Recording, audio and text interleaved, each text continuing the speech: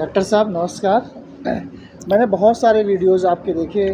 आप हमेशा मैंने एक चीज़ बहुत ही उसमें से पाई कि आप खेती को अध्यात्म और दर्शन से हमेशा जोड़ते हैं। लेकिन आज जो विज्ञान है, जो मीडिया है या जो आज का जो साइंस है वो कहता है टेक्नोलॉजी। तो अब किसान इस बात के लिए परेशान है कि वो टेक्नोलॉजी से अपने आप को जोड़े कि आपके बताए हुए कथनानुसार या आपके बताए हुए वीडियो के अनुसार आध्यात्म, दर्शन और मिट्टी से अपने आप को जोड़े। हम चाहते हैं इस बात पर आप प्रकाश डालें। देखो, जब मैं सत्य की बात करता हूँ, सनातन की बात करता हूँ, धर्म की बात करता हूँ, तो जब इस दुनिया में मनुष्य नहीं था, समझना, ये टेक्नोलॉजी शब्द, टेक्नोलॉजी या विज्ञान ने किस, टेक्नोलॉजी और विज्ञान की बात मनुष्य करता है। और ये एक ज़माने में यहाँ मनुष्य था ही नहीं, तब ये पूरा संपूर्ण एंटायर दुनिया का कारोबार कैसे चलता था, ठीक है ना। तो बेसिकली क्या है, जो विज्ञान जैसे जब शब्द है ना, जैसे आज की तारीख में लोग कहते हैं खेती विज्ञान का विषय है, विज्ञान से ही ऐसा होगा। तो विज्ञान के बारे में आप विज्ञान की जो प्रारंभिक डिफिनीशन है, वो डिफिनीशन कहती है कि किसी भी विषय के क्रमबद्ध ज्ञान को विज्ञान कहते हैं। किसी भी विषय के क्रमबद्ध ज्ञान को विज्ञान कहते हैं। तो क्रम क्या है? क्या मिट्टी के बिना मेरा जीवन है?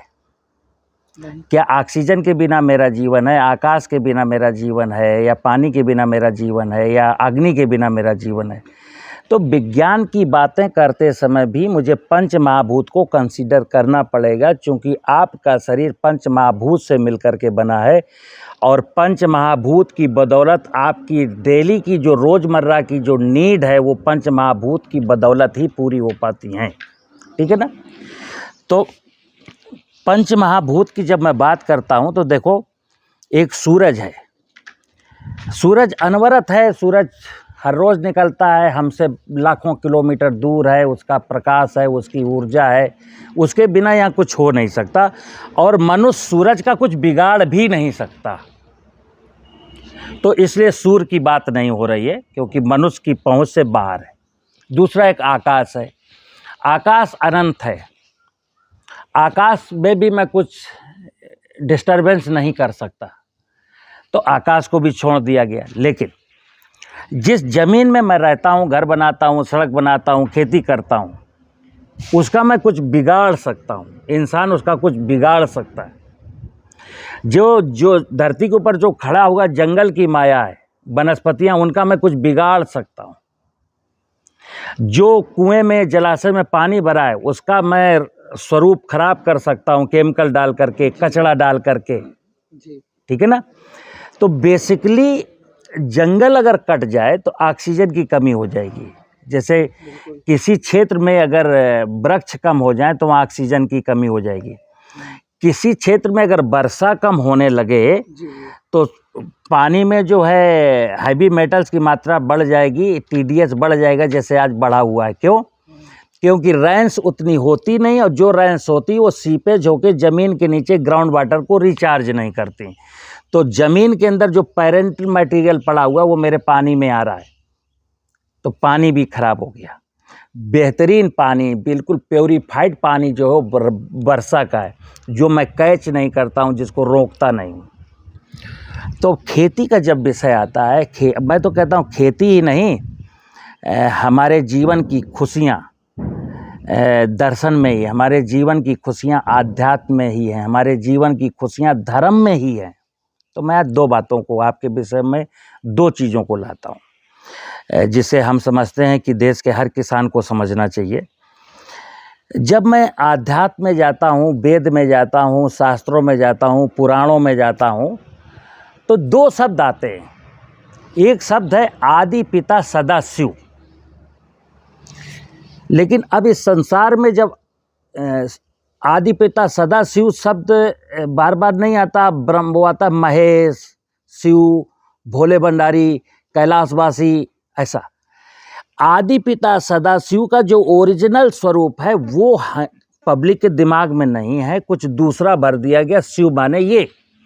तो जैसे पूरे देश के किसी भी नागरिक से, चाहे वो किसान हो, चाहे वो आम पब्लिक हो, किसी से कहा चाहे कि क्यों शिव क्या है, तो कहेगा उसके जेहन में, उसके मानस पटल में शिव माने है, जो कैलेंडर में उसने शिव देखा है कि एक आदमी है जिसके गले में सांप है, जिसके माथे पर चंद्रमा विराजमान है और एक हाथ में त्रिशूल है, एक हाथ में डमरू है, या तो उसके मानस पटल में ये शिव बसा हुआ है, या एक शिवलिंग जो मंदिर में रखा हुआ पत्थर का, एक काले रंग का वो शिवलिंग, यहीं इसी के इर्द गिर्द वो शिव को देखता रहता है और इसी की पूजा करता रहता है।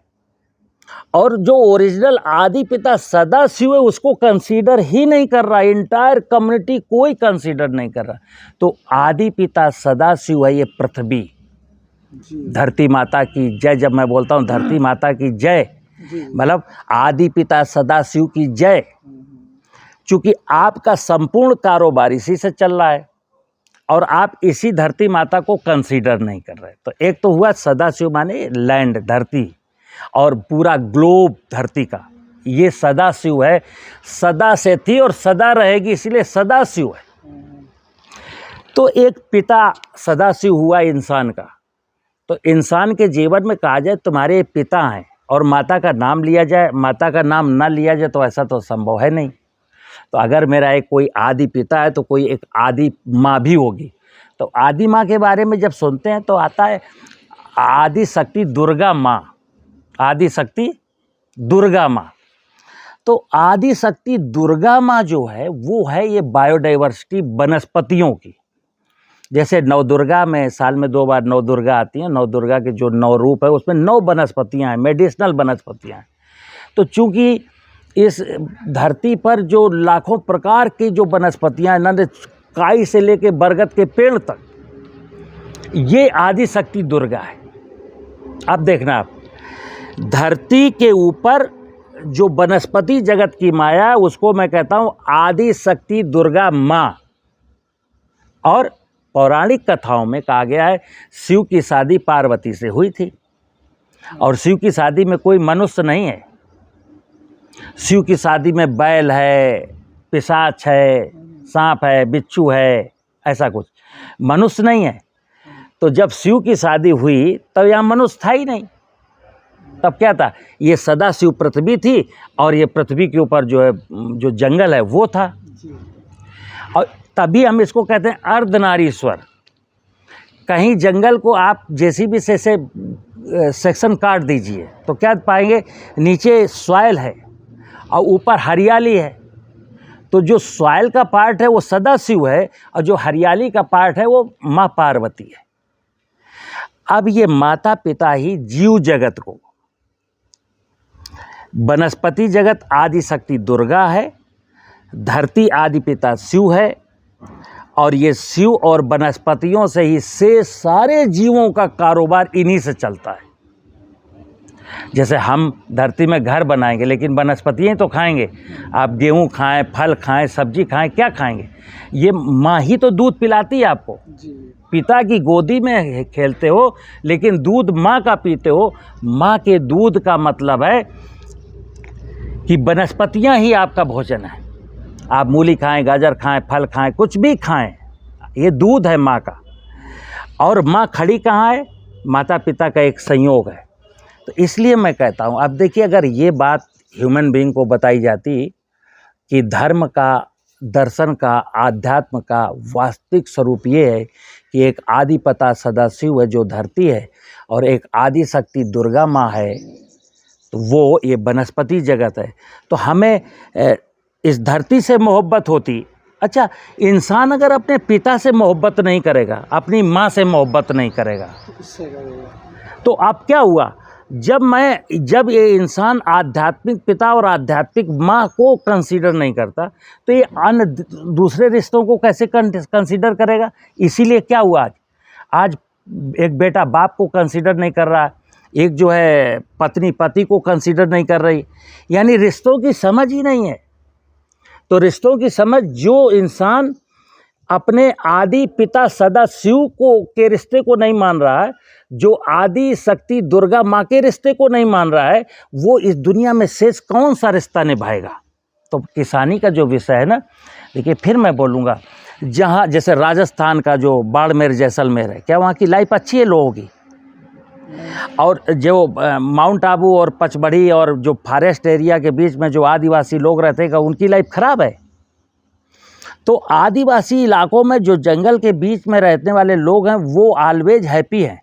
बेशक उनके पास कपड़े अच्छे नहीं हो सकते, बेशक उनकी शक्ल भी अच्छी नहीं हो सकती, मानता हूँ, लेकिन उनका अंतःकरण बहुत पवित्र है, अंतर्मन से बहुत हैप्पी रहते हैं। इसीलिए मैं खेती में बार बार कहता हूँ कि किसान भाइयों, ये तुम्हारी धरती माँ, इसमें ऑर्गेनिक कार्बन की मात्रा बढ़ाइए, इसके नीचे का पानी मत खींचिए। क्यों? अब इसी होल को मैं पूरे को माँ कह देता हूँ, धरती को मैं माँ बोल देता हूँ। माँ इसलिए बोलता हूँ कि ये माँ ही पालेगी आपको। जैसे किसी फैमिली में बच्चा किसको कंसीडर करता है? जब भूख लगती तो किससे खाना मांगता है? पिता से नहीं मांगता ना। सारे दुख दर्द किसको सुनाता है? माँ को सुनाता है। तो ठीक उसी प्रकार मैंने इस आदि पिता सदाशिव को और आदि शक्ति दुर्गा को एक धरती माँ कह दिया।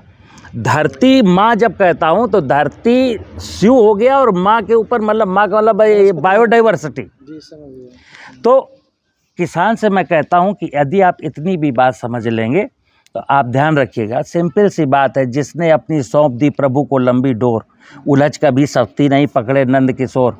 तो हमें जंगल अगर लगा देना, कोई अपने खेत में जंगल लगा दे, तो देखिए आप, जो ब्रह्मा जी हैं, जो वायुमंडलीय क्षेत्र, उसको ब्रह्मा जी का क्षेत्र कहा जाता है, वायुमंडलीय क्षेत्र जहाँ पर बादल होते हैं आकाश में। तो प्यास किसको लगती है? शिव ब्रह्मा जी से कहते हैं। और देखिए, ब्रह्मा विष्णु महेश का एक कोरिलेशन है। जो समुद्री क्षेत्र है मेरा, समुद्र जो 66% एरिया में, वो विष्णु का स्वरूप है। पानी में विष्णु जी का वास कहाँ है? आप पौराणिक कथाओं में पढ़िए, विष्णु जी का वास कहाँ है? तो बोले क्षीर सागर में। फिर पूछिए ब्रह्मा जी का वास कहाँ है? तो बोले वृक्षों में। शिव का वास कहाँ है? बोले धरती में। तो देखिए, समुद्र से पानी इवेपोरेट होता है सूर्य की महिमा से, और आकाश की महिमा से बादलों के रूप में इकट्ठा होता है। और फिर जब इस वनस्पतियों को